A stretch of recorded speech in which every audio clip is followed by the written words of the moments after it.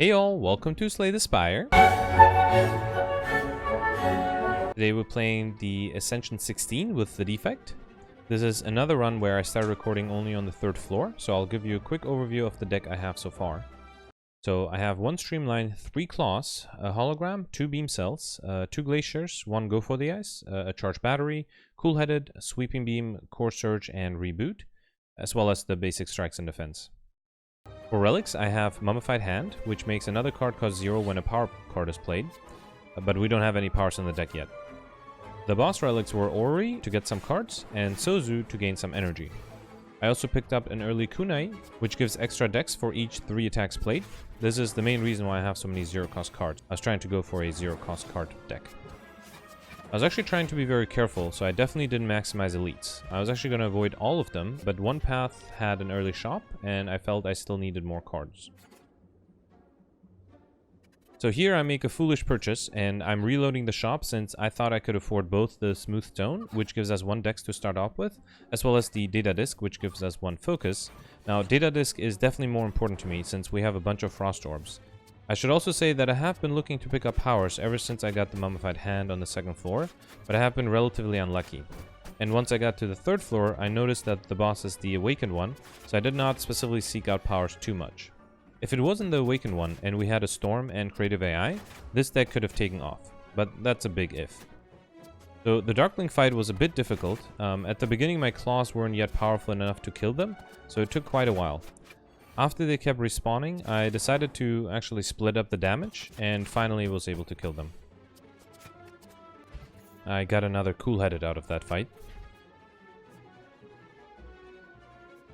So next I was able to get an Apotheosis, which upgrades all of my card.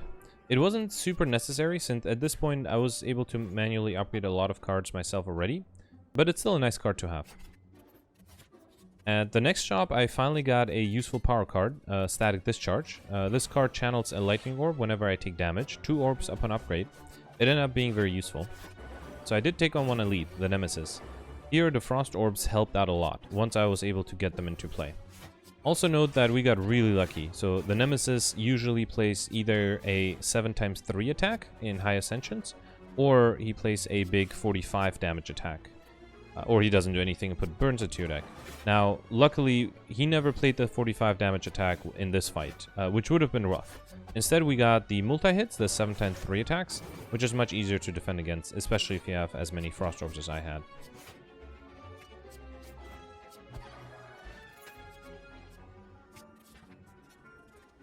Since I already had the Apotheosis and it was already upgraded, there's not a huge rush to upgrade anything, but it's still nice to get the powers upgraded in case you draw them prior to the Apotheosis. So at the next shop I got another Claw, bringing my total up to 5.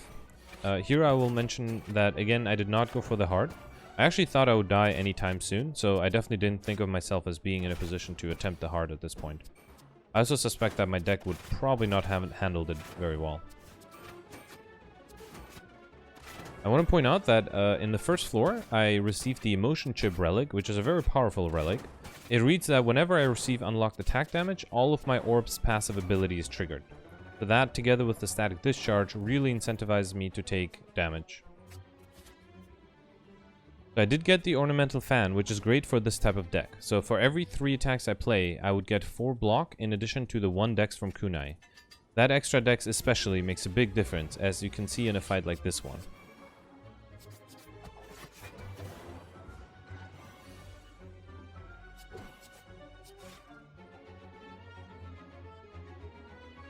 So by the 2nd turn, I already had 2 extra decks.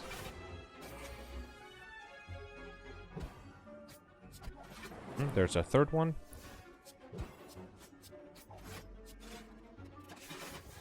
There's our 4th dex. And so now, even though the enemy is attacking for 33, we can fully defend with just 3 defense.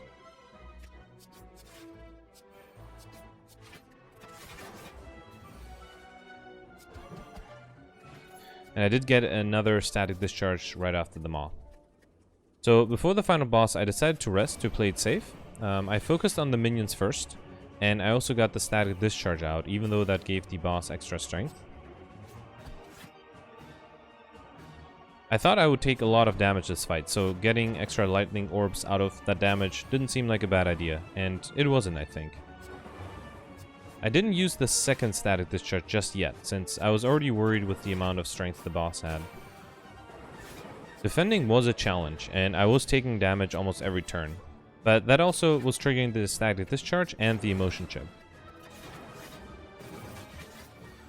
So this deck doesn't really have a strong identity, but it is leaning towards some sort of zero cost and frost orb deck.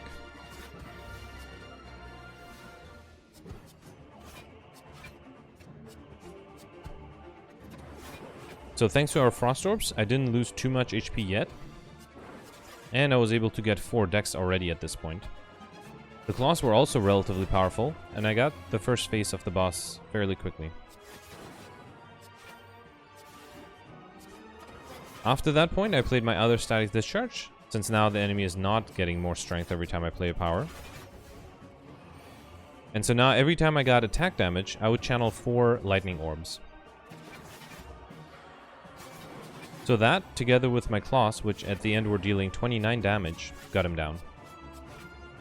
But yeah, this was an Ascension 16 victory with the Defect. Not at all a clearly defined deck, but hey, all that matters is that we unlocked Ascension 17. Thanks for watching. Bye.